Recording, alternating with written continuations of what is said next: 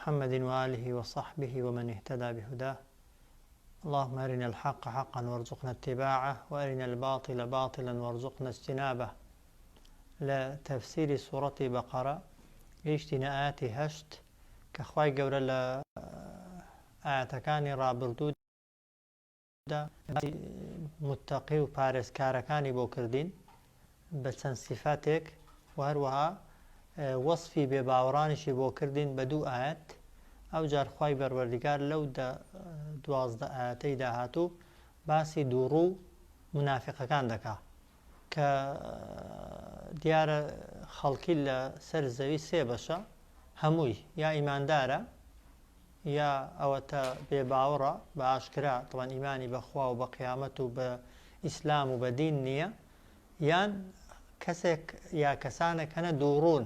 خۆیان بە موسڵمان پیشان دەدەن لە ڕواڵەتدا، بەڵام لە ناخدا ئیمانیان بەوە نییە کە دەیکەن یا کە دەیڵێن. کە ئەو جۆرە کەسانە بۆ ئیمانداران تەمەن زۆر لە کافرەکان خەتەرترن و مەترسیدارترن. بۆیە خوای گەورە لە قورئاندا بە دوو ئاەت باسی کافرانی کردووە، بەڵام بە 13 ئاەت لە سوورەتی بەقەرەدا باسی منافق و دووڕووەکانی کردووە. چەندان سوورەتی دیکەشدا وەصفی منافقەکان بۆ پێغەمبەری خوا صلی الله عليه وسلم بۆ ئیمانداران باز دەکاتەوە، بۆی ئیمانداران وریای کەسە دووڕووەکان بن. دووڕووەکان بە زمانی لووس و بە قسەی لووس فریویان نەدەن و نەیان خەڵەتێنن. دووڕوو منافق لە قیامەتیشدا سزای لە ئینسانی کافر سەختترە. خوای گەورە دەفەرمێت ئین المنافقین فی الدەرک الأسفل من النار. منافقەکان لە ناو ئاگردا لە پلەی هەرە خواروی جەهەنەم و دۆزەقدانە. سزای کەسی منافقێک کە لە دڵڕا منافق بێت، لە دڵەوە ئیمانی بە ئیسلام نییە بەڵام خۆی بە موسڵمان پیشان دەدا. جا خوای گەورە دەفەرمێت ومن الناس من يقول آمنا بالله وباليوم الآخر. ومن الناس خەڵکانێک هەن، کەسانێک هەن من يقول دەڵێن بە زمان دەڵێن آمنا بالله، ئیمانمان هێناوە بەخوا، وباليوم الآخر و ئیمانشمان هێناوە بە ڕۆژی دوایی، ئەوە بە زمان، بەڵام وما هم بمؤمنين، لە حەقیقەتدا لە ڕاستیدا ئەوان ئیماندار نین. بۆ چونکە ئەو قسەیە کە دەیکەن لە دڵیان ڕانایە. ئیمان بوون بەخوا یەکەم جار دەبێت لە دڵتدا بچەسپێ، ئیمان بوون بە ڕۆژی دوایی دەبێت یەکەم جار لە دڵتدا بچەسپێ و بەڕاستی بزانی ئەو جار بە زمان بڵێ. ئەوان بە زمان دەیڵێن بەڵام لە دڵەوە ئیمانیان بەخوا و بە ڕۆژی دوایی نییە. بۆیە خوا دەفەرمێت ومن الناس من يقول آمنا بالله، خەڵکانێک هەنە دەڵێن ئێمە ئیمانمان هێناوە بەخوا و بە ڕۆژی دوایی، بەڵام خوا دەفەرمێت وما هم بمؤمنين. خوای گەورە بە درۆیان دەخاتەوە، دەفەرمێت ئەوان بە هیچ شێوەیەکی ئیماندار نین، لای خوا بە ئیماندار حساب ناکرێن. بۆ چونکە یخادعون الله والذین آمنوا، دەیانەوێت بەو قسەیە کە دەڵێن ئیماندارین خوای گەورە بە خەیاڵی خۆیان فریودەن و ئەو کەسانەش فریودەن و بخەڵەتێنن کە ئیماندارن. یخادعون الله، بە خەیاڵی خۆیان دەیانەوێت خوای گەورە فریودەن، خوای گەورە بخەڵەتێنن، والذین آمنوا و ئەو کەسانش بخەڵەتێنن کە ئیمانیان هێناوە، بەڵام خوا دەفەرمێت وما یخدعون إلا أنفسهم، ئەوان ناتوانن کەس بخەڵەتێنن جگە لە خۆیان، ئەوان نەدەتوانن خوا بخەڵەتێنن، چونکە خوای گەورە ئاگای لە نیەتی دڵیانە. خوای گەورە مامەڵە لەگەڵ دڵی ئینساندا دەکا. خوای گەورە ئاگای لێیە بە چ دڵێک دڵی ئیمانم هێناوە بەخوا و بە ڕۆژی دوایی. خوای گەورە ناخت دەخوێنێتەوە، دڵت دەخوێنێتەوە و ئیماندارانیش خوای گەورە ئاگاداریان دەکاتەوە. بۆیە منافقەکان و دووڕووەکان بەو قسەیە کەس ناتوانن بخەڵەتێنن تەنها خۆیان نەبێ، بەڵام خوا دەفەرمێ وما یشعرون، هەست بە خۆخەڵەتاندنەکەی خۆیان ناکەن. یخادعون الله والذین آمنوا، دەیانەوێ خوای گەورە و ئەوانە کە ئیمانیان هێناوە بخەڵەتێنن، وما یخدعون إلا أنفسهم وما یشعرون، بەڵام ئەوان ناتوانن هیچ کەس بخەڵەتێنن جگە لە خۆیان، بەڵام هەستی پێ ناکەن. ئەو جار خوای گەورە دەفەرمێت هۆکاری منافق بوون و دووڕووبوونیان چییە؟ لەبەرەوەی فی قلوبهم مرض، لە ناو دڵیاندا نەخۆشی هەیە، نەخۆشی گومان هەیە، نەخۆشی حەسادەت هەیە، نەخۆشی عقد و غەرەز هەیە لە مسلمانان ئەو عقد و غەرەز و ڕیا و شیرک و بتپەرستەی کە لە ناخیاندایە دڵی نەخۆش کردوون دڵیان ناهێڵێ بەڕاستی ببنە بە ئیمانداری چاک في قلوبهم مرض لەناو دڵیاندا نەخۆشی هەیە خوا دەفەرمێت فەزادەهم الله مرضا خوای گەورەش ئەو نەخۆشیەی کە لە دڵیاندایە بەهۆی دووڕووی و منافقیەکەی کە هەیەە خوای گەورەش نەخۆشیەکەی بۆ زیادکردن بۆ خۆیان دڵیان نەخۆشە خوای گەورەش نەخۆشی دڵیانی بۆ زیاد کرد بۆچی بۆی لە قیامەتێ زۆرتر سزایاندات و زۆرتر عقوبەیاندا في قلوبهم مرض لەناو دڵیاندا نەخۆشی هەیە فەزادەهم الله مرضا خوای گەورە بۆیان زیاد بکە نەخۆشی یان خوای گەورە نەخۆشی بۆ زیادکردن وەلەهم عەذاب ئەلیم و بۆشیان ئامادەکراوە لە ڕۆژی دواییدا سزایەکی زۆر بەئێش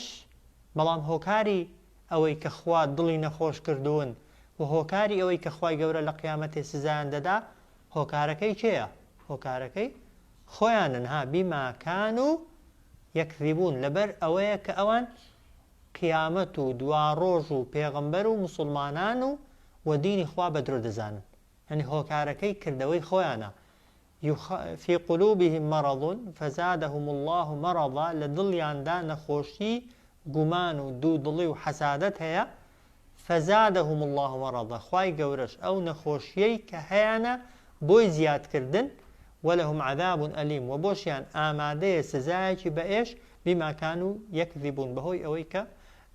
قیامەت و دواڕۆژ و خوا و پێغەمبەر بە درۆ دەزانن سیفەتێکی دیکەی دووڕوەکان چییە؟ وإذا قيل لهم لا تفسدوا في الأرض کاتێک کە پێیان دەگوترا خراپەکاری بڵاو مەکەنەوە لە زەویدا ئیمانداران کە نسحەتی منافق و دووڕوەکانیان دەکرد پێیان دەگوتن لا تفسدوا في الأرض خراپەکاری بڵاو مەکەنەوە لە زەویدا کە منافقەکان لە مەدینەیدا ئیشیان ئەوە بوو قسەیان دەهێنا و قسەیان دەبر لە بینی مسلماناندا بۆی مسلمانان ڕقیان لە یەکتر بێتەوە دژایەتی یەکتر بکەن و دژمنایەتی دروست بێ لە بینیاندا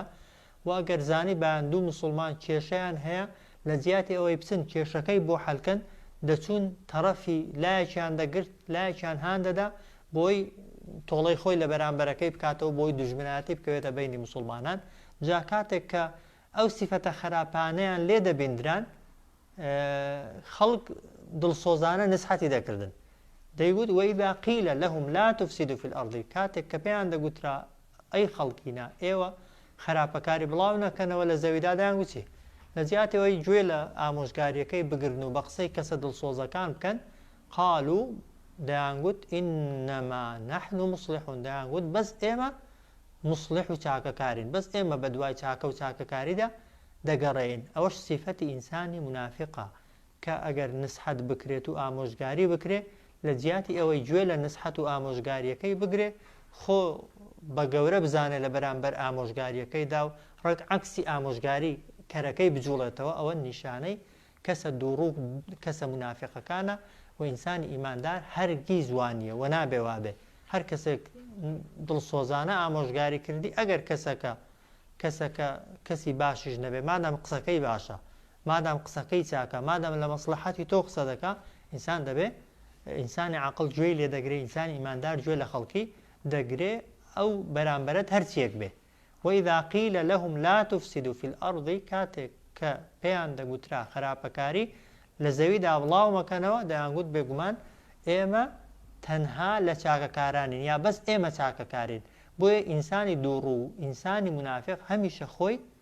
بە باش پیشانی بەرامبەرەکەی دەدا هەمیشە دەیەوێ وەسفی خۆی و پێناسەی خۆی بە باش بکە بەعەکسی ئینسانی ئیماندار ها ئینسانی ئیماندار ئەگەر باشیش بێ خۆی بە باش نازانێ و ئەگەر لە ناخیشدا خۆی بێ باش بێ و لەکن خەڵکی مەدحی خۆی ناکات و بەخۆی هەڵناڵێت و چاکە و چاکەکاریەک کە لە دڵتدا بێ دەبێ خوا بۆت بنووسێ بۆی لە قیامەتێ پاداشتت داتەوە و لە کار و کردەوەشتدا دەبێ خەڵک شاهیدیت بۆ بدا نەک بۆ خۆت شاهیدی بۆ خۆت دەی جا خوا دەفەرمێ ئەلا ئینەهم هم المفسدون ئاگادار بن ئەی ئیماندارینە بە قسەی دووڕوەکان نەخەڵەتێن قسەی لوسی دووڕوەکان فریوتان نەدا ئینەهم هم المفسدون بێگومان بەس ئەوانەی دووڕوو و منافقن خراپەکە لا شعورن بەڵام بۆ خۆیان هەست بە خراپەکاریەکەی خۆیان ناکەن دووڕوو منافق لەوەی خراپتر لەکن ئیمانداران وەلەکن پێغەمبەری خوا صلی الله عليه وسلم کام قسە لوس کام زمانە فەسیح و بەلیغ و قسەی بتێقەدار بوو دەیان کرد بەڵام کە لە مەجلیسی پێغەمبەر صلی الله عليه وسلم دەڕۆیشتن بە کام وەصفە خراپە وەصفی پێغەمبەریان دەکرد صلی الله عليه وسلم لەکن پێغەمبەر دەیانگوت پشتیوانتین لەگەڵتین بەڵام کە دەچوونە لای جوولەکەکان و لای بتپەرستەکانی مەککە و دوژمنەکانی پێغەمبەر صلی الله عليه وسلم عهد و پەیمانیان لەگەڵ دەبەستن کە لەگەڵ ئەوان لە بنەوە لە ناو مەدینەی ڕادژایەتی پێغەمبەر بکەن صلی الله عليه وسلم ئەلا ئینەهم هم المفسدون ئاگادار بن بە بێگومانی بەس ئەوانەی کە دووڕوو منافقن خراپەکارن ولكن لا يشعرون بەڵام بۆ خۆیان هەست بە خراپەکاریەکەی خۆیان ناکەن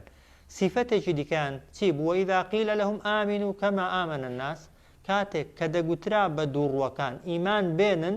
هەر وەکو چۆن ئیمانیان هێناوە خەڵکی ئەو خەڵکە چۆن بەڕاستی بە دوای پێغەمبەر کەوتووە چۆن بەڕاستی ئیمانی بەخوا هێناوە و بۆ قیامەت دەژیە و بۆ قیامەت ئیش دەکا کە نسحەتیان دەکرد دەیانگوت ئێوەش وەکو ئەو خەڵکەی بەچاکی ببنە موسڵمان بە تەواوی ببنە موسڵمان با وەکو چۆن زمانتان زمانی مسلمانانە بە مسلمان خۆتان پیشان دەدەن با دڵیشتان کردەوەکانیشتان کردەوەی مسلمانان بێدایان گوتی وإذا قيل لهم آمنوا كما آمن الناس کاتێک کە پێیان دەگوترا ئێوەش ئەی منافقەکان ئیمان بێنن هەر وەکو چۆن خەڵکی دیکە ئیمانی بە پێغەمبەر هێناوە صلی الله عليه وسلم چۆنیان جواب دەدایەوە قالوا دەیان گوت ئەنؤمن كما آمن السفهاء ئێمە ئیمان بێنین هەر وەکو چۆن ئەو خەڵکە کەم عاقڵە ئیمانی هێناوە بە چیان دەگوت کەم عاقڵ بە باوەڕداران بە شوێنکەوتوانی پێغەمبەر صلی الله عليه وسلم بەچیش پێیان وابوو ئیمانداران کە لەگەڵ پێغەمبەردانە بێ عاقڵن کەم عاقڵن لەبەرەوەی دەیانگوت خۆیان مەحروم کردووە لە هەرچی خۆشی و لەزەتی دنیای هەیە بە خەیاڵی قیامەتێک نەعوذ بالله کە نازانن هەیە یان نییە ئیماندار فعلن لە دنیادا سنووری بۆ دانراوە چوارچەوەی بۆ دانراوە لە سنوورێکی دیاریکراودا خوای پەروەردگار بەشی ژیانی دنیا مدەتەکەی چەندە و قیمەتەکەی چەندە خوای گەورە بەقەدەر مدەتی دنیا و قیمەتی دنیا خۆشتی بۆ کردی بەڵام وەکو ئیمتیحان و تاقیکردنەوەش خوای گەورە کۆمەڵێک شتی لەسەر یاساغ و قەدەغە کردوین جا ئەو کەسەی کە ئیماندارە لە دنیادا زۆر جار حەزەکانی خۆی دەگرێتەوە بۆچی بۆی لە قیامەتێ حەزەکانی جێبەجێک لە دنیادا خۆشیێکی کاتیە لەزەتێکی کاتیە بەلای دەنەی لە پێناوی ئەوەی لە بەهەشتێدا خوای گەورە هەموو لەزەتێکی ئەوێت بەنسی بکە بۆیە ئەوان ئیماندارانیان بە کەم عاقڵ دەزانی پێیان وابوو دنیا تەنها بۆ ئەوەیە هەرچی حەزت لێ بوو بێڵێ و هەرچی حەزت لێ بە بخۆ و ئارەزوو ڕابواردنت چۆن ویستی ئاوە بە دوای نەفس و ئەوەی خۆتکەوە بەڵام لە حەقیقەتدا خوای گەورە دنیای بۆ ئێمە کە دروست کردووە تەنها وەکو پردێک دروستی کردووە کە بەسەریدا بپەڕینەوە بۆ بەهەشت وایە بەڵام ئەوان پێیان وابوو دنیا شوێنی هەمیشەییە شوێنی مانەوەیانە بۆیە ئەو کەسەی کە فعلەن ئیمانی بە قیامەتێ نەبێ و بۆ دوا ڕۆژ نەژیێ لە دنیادا چی حەز لێ بێ ئەوەی دەکا بەس من و تۆ کە ئیمانمان بە قیامەتێ هەیە و 100% دەزانین چۆن هاتووینە دنیا ئاواش دەچینەوە دنیایەکی دیکە ژیانێکی دیکە بە دڵنیاییەوە هیچ کەسێکی عاقڵ ژیانێکی هەمیشەیی پڕ لە ناز و نیعمەت و خۆشی و هەرچی نەفست و دڵت ئارەزوو بکا لەوێ بۆت ئامادەکراوە نایگۆڕیەوە بە ژیانێک کە لەوانەیە ساڵ 50 ساڵ ئەو پەڕی بە هیچ نەمری بە 70 ساڵی هەر بەجێی دێڵی کە ئەگەر خۆش بکوژی و ئاسمان و زەوی هەر هەمووی تاقی کەوە ناتوانانی بە حەزەکانت لە دنیادا ناتوانانی بە ئارەزوەکانت بۆیە چاکترین عیلاج لە دنیادا ئەوەی ئینسان کۆنتترۆلی نەفسی خۆی کات چونکە نەفس ئەگەر بەرەڵایکی قەت تێر نابی بەڵام کۆنتترۆلی کە خوای گەورە بەشی حەزی خۆشتی هیچ شتێکیدا هەموو شتێکی لەسەر حرام نەکردوین لە بەرامبەر هەموو حرامێکدا خوای گەورە حەڵاڵێکی هەرداناوە بۆیە هادەوەی إذا قيل لهم آمنوا كما آمن الناس کاتێک کە دەگوترا پێیان ئیمان بێنن هەر وەکو چۆن خەڵکی ئیمانیان هێناوە قالوا أنؤمن كما آمن السفهاء بقالته ودان قد إما إيمان بينين هل وكوتون أو كخلق كم عقل إيمانيان هنا خواد فرمت ديسان دفاع الإيمان داران دكاد فرمت ألا إنهم هم السفهاء آقادار بن هر أوان هر دور وكان كم عقل نفامن ولكن لا يعلمون بلام أوان تينا قانو نازل وايا طبعا لدنيا يجتاخو كسي عاقل ئەگەر شتێکی بدێ وانێ زبڵی بۆ ڕاگرە و زێڕی بۆ ڕاگرە ئەگەر لە زیاتی زێڕی زبڵی هەڵگرت نیشانەی چییە؟ بێعاقڵیەتی وەرە دنیا لە بەرامبەر بەهەشتێدا بەرامبەرکە ڕازیبی بە دنیاە کە تێشیدا نامێنیەوە خۆ ئەگەر بشتەوێ ها وەکو خۆ کافرەکەش وەکو موسڵمانەکەی هەردەمرێ و زۆر جاریش مەرج نییە ژیانی دنیایش ئینسانی منافق و دوور لە ئیمانداری خۆشتر بێ بەڵام ئەو قیامەتەی بەلا دەنێ لە بەرخاتی دنیایەکی کاتی بێگومان ئەو کەسە کەم عاقڵە ئەلا ئینەهم هم السوفها ئاگادار بن کەم عاقڵەکان ئەو کەسانن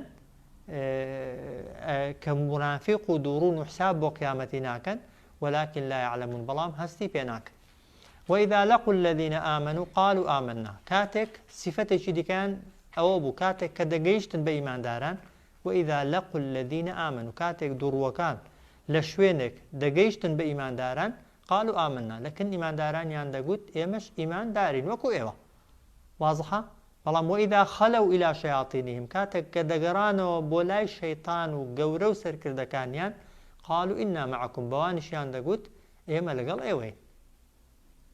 ئەوە دووڕوویە طبعا جا دووڕووی لە قسەشدا بێ هەر زۆر خراپە کەسێک لە بەرامبەر تۆدا هەرچی خۆشەویستی هەیە دەری ببڕێ کە پشتیش تێکرد غەیبەتی کردی و باسی کردی و بوختانی بۆ هەڵبەستی سیفەتێکی چەند ناشیرینە جا ئەگەر ئینسان بیەوێ لەگەڵ خوای درۆ بکە لەگەڵ پێغەمبەر درۆ بکە لەگەڵ ئیمانداران درۆ بکە وإذا لقوا الذين آمنوا قالوا آمنا کاتێک کە دەگەیشتن بە ئیمانداران دەیانگوت ئیماندارین وإذا خەلەو إلى شەیاطینیهم کاتێک کە دەگەڕانەوە بۆ لای گەورە و سەرکردەکانیان قالوا إنا معكم دەیانگوت بێگومان ئێمە لەگەڵ ئێوەین إنما نحن مستهزئون ئێمە بەس گاڵتە بە ئیمانداران دەکەین کاتێک کە پێیان دەگەین دەڵێن ئیماندارین جا دەکرێت ئینسان گاڵتەی بەخوای بکە گاڵتەی بە پێغەمبەر بکە گاڵتەی بە موسڵمانان بکە بێگومان نەخێر هەر کەسێک گاڵتە بەخوا بکە و بە پێغەمبەر بکە صلی الله عليه وسلم ئەوە فەڕی بەسەر دینەوە نامێنێ یعنی فەرقی نییە کەسێک بە گاڵتە بڵێ بێ باوەڕم ئەو لەگەڵ کەسێک کە بەڕاستی بڵێ بێ باوەڕم گاڵتە بە ئیمان ناکرێت کەسێک گاڵتە بە ئاەتێک کە لە دڵەوە بێ یا لە دڵەوە نەبێ گاڵتە بە پێغەمبەر بکە لە دڵەوە بێ یا لە دڵەوە نەبێ گاڵتەکردن بەخوا و بە پێغەمبەر هێڵی سوورن بە هیچ شێوەیەکی ڕێگە نەدراوە هیچ کەسێک گاڵتەیان پێ بکە بۆیە خوا دەفەرمێت الله يستهزئ بهم خوای گەورەش گاڵتە بە ئەوان دەکا یعنی چی گاڵتەیان پێ دەکا یعنی خوای گەورە سزایان دەدا لەسەر ئەو گاڵتەکردنەی کە دەیکەن بە خوا و بە پێغەمبەر و بە ئیمانداران ئەوە یەک ئەوجا چی کەشیان لێ دەکا خوا وەیەمودهم فی طغیانهم یعمهون خوا دەفەرمێت دەیان هێڵێتەوە لە ناو یاخیبوون و تاوانەکانیاندا یعمهون بەسەرگەردانی دیقەتی دەنێتەوە ئەو تێگەیشتنێکی 100% قورئانیە ها دەبێ پێدوا بێ کەسێک کە تاوان دەکات و خراپە دەکات و لە دینی خوا هەڵدەگەڕێتەوە کە خوا مەجالی پێدا و ژیانی پێدا و دەسەڵاتی پێدا و یەکسەر لە ناوی نەبرد دەبێت دڵنیابی لەوەی کە خوا ڕقی لەو کەسەیە ها بۆیە زۆرتر دەیهێڵێتەوە ها بۆیە کەمتر تووشی ناخۆشی و نەخۆشی و بەڵاو موسیبەتی دەکا چونکە هەر کەسێک خراپەکار بێت و تاوانکار بێ هەتا زیاتر لە ناو خراپەکەیدا بێ هەتا زیاتر لە ناو تاوانەکەیدا بێ هەتا تەمەنی زۆرتر بێ دەسەڵاتی زۆرتر بێ ماڵی زۆرتر بێ سیحەت و تەندروستی باشتر بێ لە قیامەت گوناهی زۆرتر دەکا طبعا کە گوناهی زۆرتری کرد لە قیامەتێ سزاکەی زۆر سەختترە ها تەسەووری ئێمە زۆر جار هەڵەیە ئێمە پێمان وایە کەسێکی تاوانبار و ستەمکار کە تاوانی کرد دەبێت لە پێشچاوی ئێمە خوا بە عەرزەیدا باتە خوارێ یان خوا دەست و لاقی لێکاتەوە یا کوێریکە بێگومان یاسای خواوانیە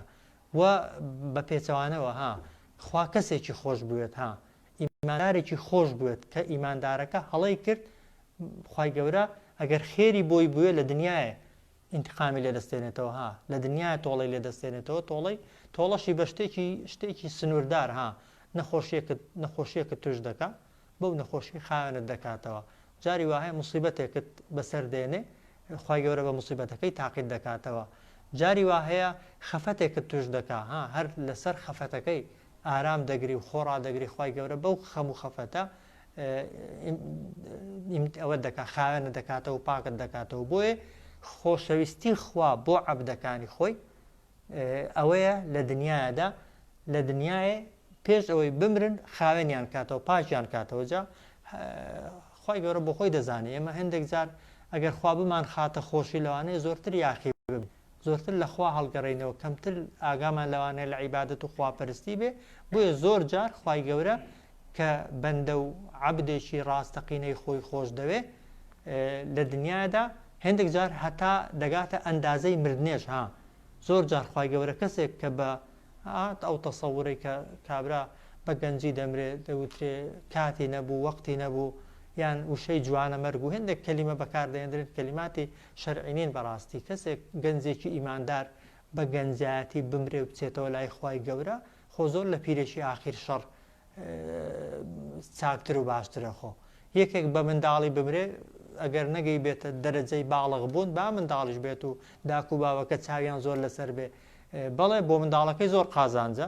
و بۆ دایک و باوکەکەش جاری وا هەیە سابرن و ئەجری یعنی ئەجرێکی وای لەسەر وەردەگرنەوە لە قیامەتێ بۆ خۆش نازانن چۆن خی گەورە ئەوەندە ڕێزی لێگرتوون بۆیە خی گەورە کە باسی دووڕوەکان دەکا الله یەستەهزیء بهم خی گەورە هیچ سزایان دەدا لەسەر گاڵتەکردنەکەیان تەوان هەندێک تەفسیر دەڵێ ئاوا تەفسیری دەکەن خی گەورە گاڵتەیان پێ دەکاتەوە